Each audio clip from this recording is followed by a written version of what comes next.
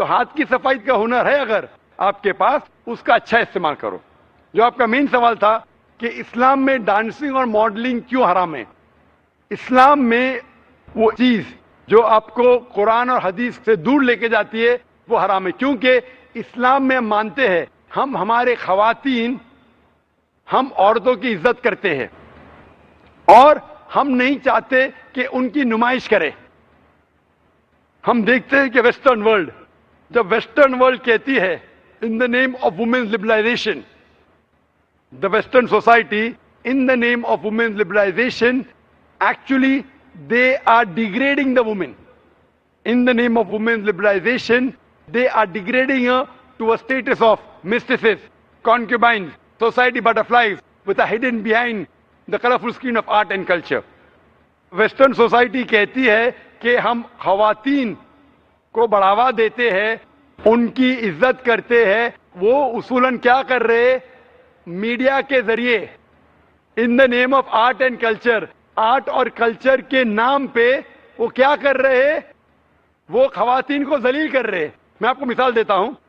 آپ جو کہہ رہے ماڈلنگ، ماڈلنگ کیوں کرتے ایڈ کے لیے؟ ایک بہت فیمس ایڈ ہے، جو ایڈ ہے بی ایم ڈبلیو کا.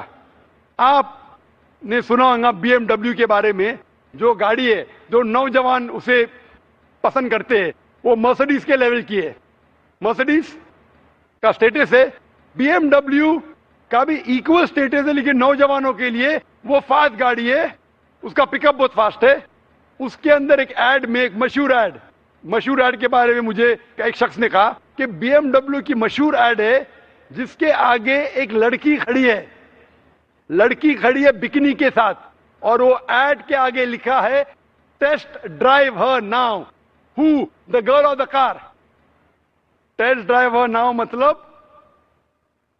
اس کو گھماؤ. کس کو؟ لڑکی کو کیا گاڑی کو؟ تو اس ایڈ کے ذریعے یہ ایڈ ہماری خواتین، ہماری والدہ، ہماری بہن، ہمارے بیویوں کو بیچ رہا ہے. میں پوچھتا ہوں، گاڑیاں اکثر آدمی چلاتے، خواتین تھوڑی. پھر بھی آدمی کو متاثر کرنے کے لیے یہ ماڈلنگ کے ذریعے، یہ ڈانسنگ کے ذریعے خواتین کی نمائش ہو رہی ہے. تو یہ western culture in the name of women's liberalisation وہ کیا کر رہے؟ وہ خواتین کو ذلیل کر رہے. اسی لیے اسلام میں، جیسے کہ میں نے کہا میرے تقریر میں، ہم خواتین کی عزت کرتے اور حجاب میں مانتے ہیں. اسی لیے ہم ہمارے خواتین کی نمائش نہیں کرتے. اسی لیے خواتین کا سارا جسم ڈھکا ہونا چاہیے، صرف چہرہ اور ہاتھ دکھ سکتا ہے. اسی لیے یہ ڈانسنگ اور ماڈلنگ قرآن و حدیث کے خلاف ہے، اسی لیے اسلام میں خلاف ہے. Hope the answers the question.